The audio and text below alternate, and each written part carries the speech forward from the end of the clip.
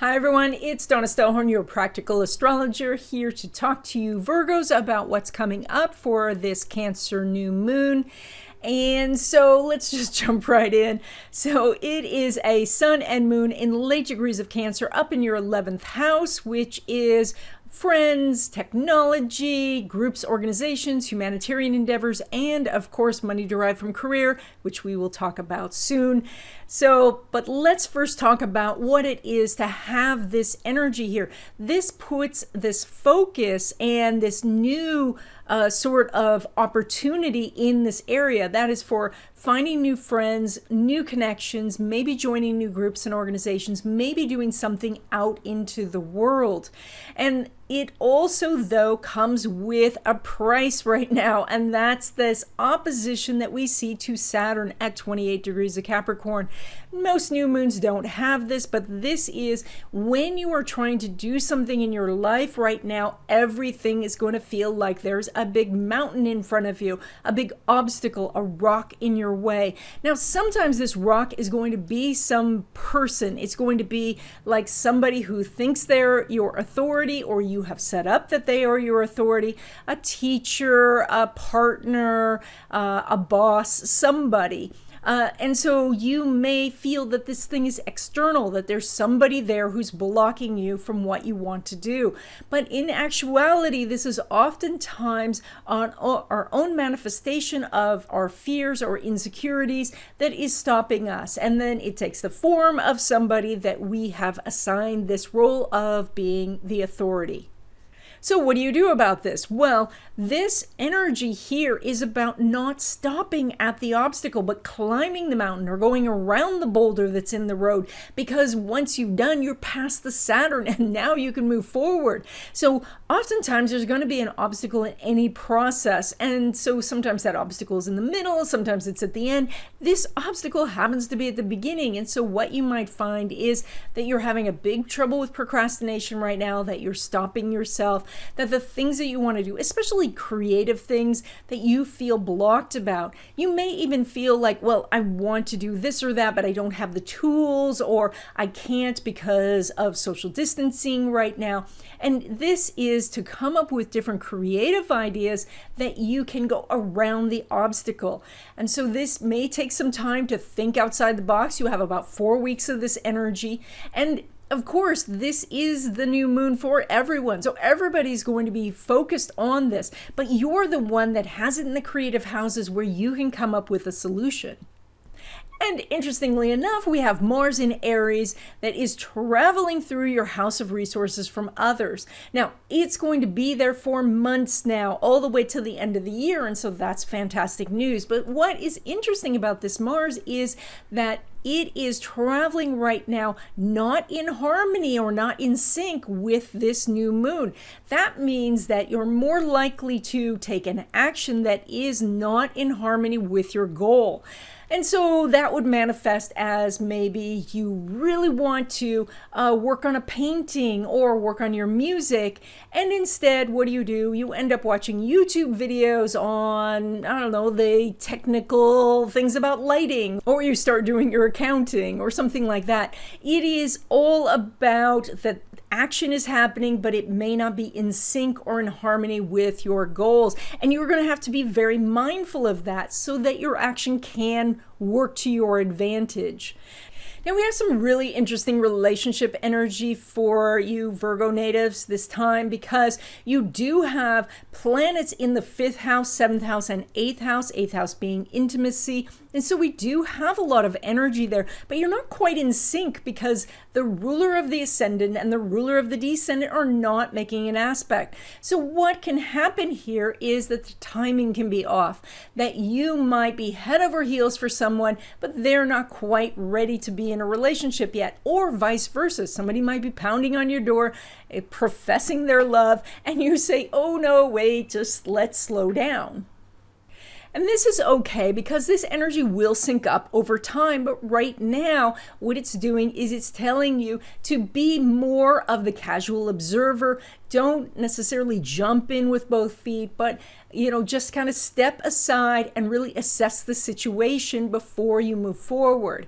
Now, it does say that there are some opportunities, of course, to meet a new love, to connect with someone. But again, even if you feel your heart is pounding for this person and then you get worried because they're not texting you back right away, it is because you're out of sync. So you just step back, try to find something else to do, try to find something else to think about. This energy will be better in the future. Now, we have a similar thing going on when we look at your home and family energy, because the ruler of the fourth is not syncing up with the ruler of the ascendant. And so again, we have the energy is not necessarily supposed to be placed there. That is, that not so much focus on the home. Maybe you were in a project of decluttering, or maybe you're thinking about moving or things like that. And everything says that that's fine, but it's not quite time yet. That really the focus is on that 5-11 energy. And so that is the fifth house, about having courage and taking risks and doing creative things. And 11th house, what are you putting out into the world? How are you connecting with groups of people, etc.? That's where the focus is. So when it comes to home and family, everything's cruising along okay, but you can't really manifest a lot of change in that area this period. So when it comes to your career, you have Venus going through your 10th house, and that's really great. That can bring an opportunity for a new job, or it's in Gemini, so maybe even 2 jobs. So that could be really great. It's Venus, and so the Venus, it's nice when it happens. Maybe this is an opportunity that comes when you're not looking for a job. Someone says, hey, you can come and work for me. Or perhaps you have a business idea, but you think, oh, I'm too busy right now. So it's an opportunity, and it's nice. It does say your charisma is quite high, so if you are interviewing, you can have a little bit more confidence about going in there, because your winning smile, how you interact, how you communicate is going to be what they're looking for. And now, of course, we have the North Node now traveling through your 10th house, and that's going to be there for about a year and a half. So we're going to talk about it very often. But what that means is it is time for you to find what your true calling is. And if you're not doing that now, to really be open to the messages you're receiving. That is, what do you like about your current job? What do you don't like about your current job? And start to make a mental list, or start to journal about it, so that you can really hone in and let the universe know of what you're really looking for. And that's what this North Node is about. Now, again, it's a long process, 18 months. So it doesn't manifest overnight. This is the process where you collect together the information so that you can manifest the job that you want. When we look at your money, we have your house of money, pulling money directly down from that Venus in your 10th house. Fantastic. That does mean that money is coming in from your career. That also means that when you put yourself out there, when you're the star, then you make money. So putting your name on things, even if you work for somebody else, to remind the boss that you did the work. And of course, if you have your own business, doing promotions and connecting with influencers now is really what you should be doing. This Venus is going to allow you also to bring in money from multiple sources. So look for other opportunities to make money. When we look at your money derived from business or passive income sources or partnerships, royalties, residuals, things like that, we're doing a lovely sextile this time between Venus and Mars. And that means that you do have the opportunity to make more money than usual. That, of course, is a sextile, though. That means you do need to take action, but Mars in Aries is great at taking action.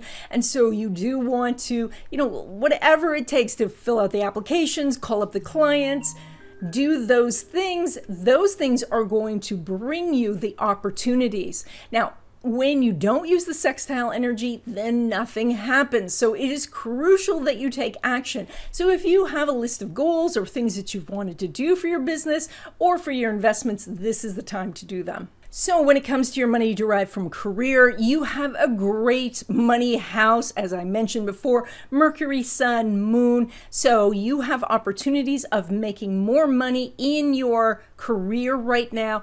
That is, possibility of commissions, bonuses, an increase, or jumping to a new job to make more money.